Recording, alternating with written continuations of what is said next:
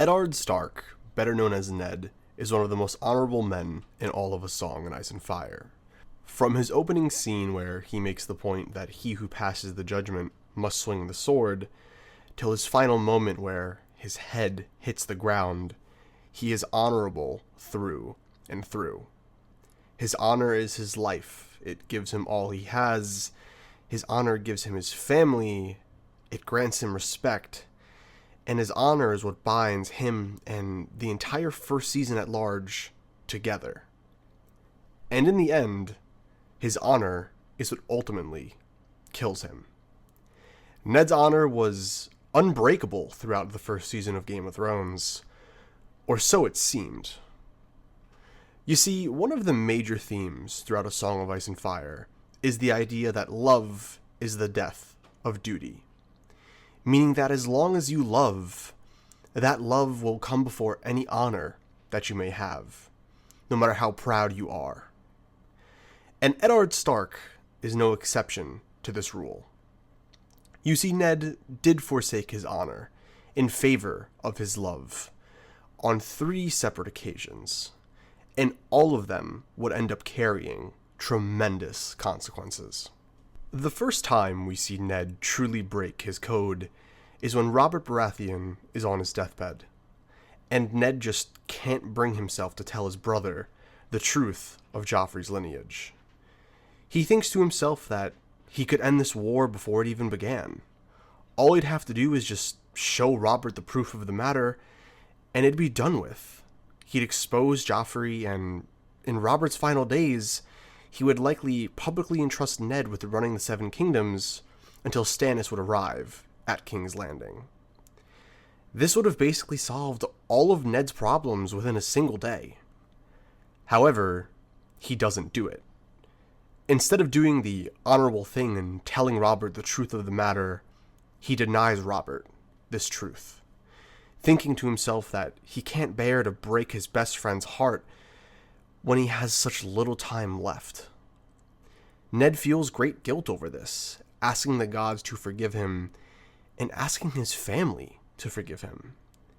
In this moment of weakness, Ned's love for Robert Baratheon overpowered the duty that he owed to the realm and to his family. And shortly after this, Robert Baratheon passes away, leaving Eddard in a compromised position, a position that would end up leading to not just his eventual death, but the death of many members of his family and the realm as a whole. And this all could have been stopped if, in this key moment, he stuck with his honor and put his honor above his love for Robert. The second time that Eddard Stark defies his honor is for the sake of his daughter Sansa. Towards the end of Book 1, when Ned is locked in a dungeon underneath King's Landing, Varys meets him and offers him an ultimatum. He tells him that he can more than likely save his daughter's life, and all he would have to do is dishonor himself. He would have to lie in front of all the people of King's Landing, proclaiming Joffrey the true king, and himself a traitor that had been struck with madness. A common misconception is that he does this in order to save himself, but that's not true at all. He tells Varys directly that his honor transcends his own life. He doesn't care if he lives or dies at this point. But he does care about his family. And his honor did not transcend Sansa's life. So he does it. He lies under the eyes of gods in hopes of saving his daughter. And to his credit, he sort of gets what he desires because Sansa isn't killed. However, his previous dishonor piled on top of this one ended up costing him his head. And because of this untimely death, the realm devolves into chaos. Multiple kings declare themselves as the rightful ruler, banners are called, battles begin, innocents are murdered and pillaged, and weddings become filled with blood. More importantly, hundreds of thousands of people are brutally and unapologetically slaughtered in cold blood.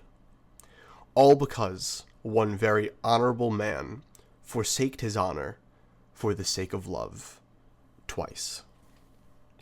But this isn't the first time, or the last, that Ned dishonors himself, whichever you want to consider it. The first and final sin comes in the form of Jon Snow. Now, some of you may not consider this one to be valid, since it's not yet confirmed in the books, but it's confirmed in the show, and let's be honest, we'd all be very, very shocked if Jon ended up not being a Targaryen prince. Eddard Stark's longest-running lie is his nephew and false bastard, Jon Snow. Jon's true heritage is something that haunts Ned constantly. Countless times throughout A Game of Thrones, Lyanna Stark's voice echoes through his head, chanting, "Promise me, Ned," like a nightmare that he can't shake. Every time Jon asks Ned about his mother, Ned's voice seems to get caught in his throat. Whenever Catelyn looks at Jon, she's filled with rage and resentment, going as far as to wish death upon the child when he was young. Whenever people push and press Ned about his honor and leadership, they use Jon as the one thing, the one chip in his armor, the one imperfection that Eddard has.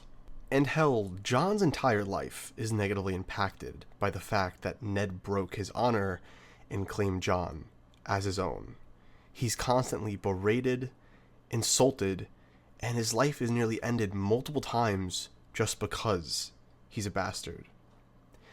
And in the TV show, the issue of Jon's true heritage ends up sort of going nowhere, aside from ticking off Dany.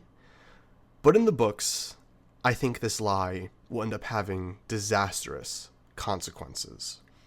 There may possibly be a power struggle between Dany and Jon that could lead to the deaths of thousands.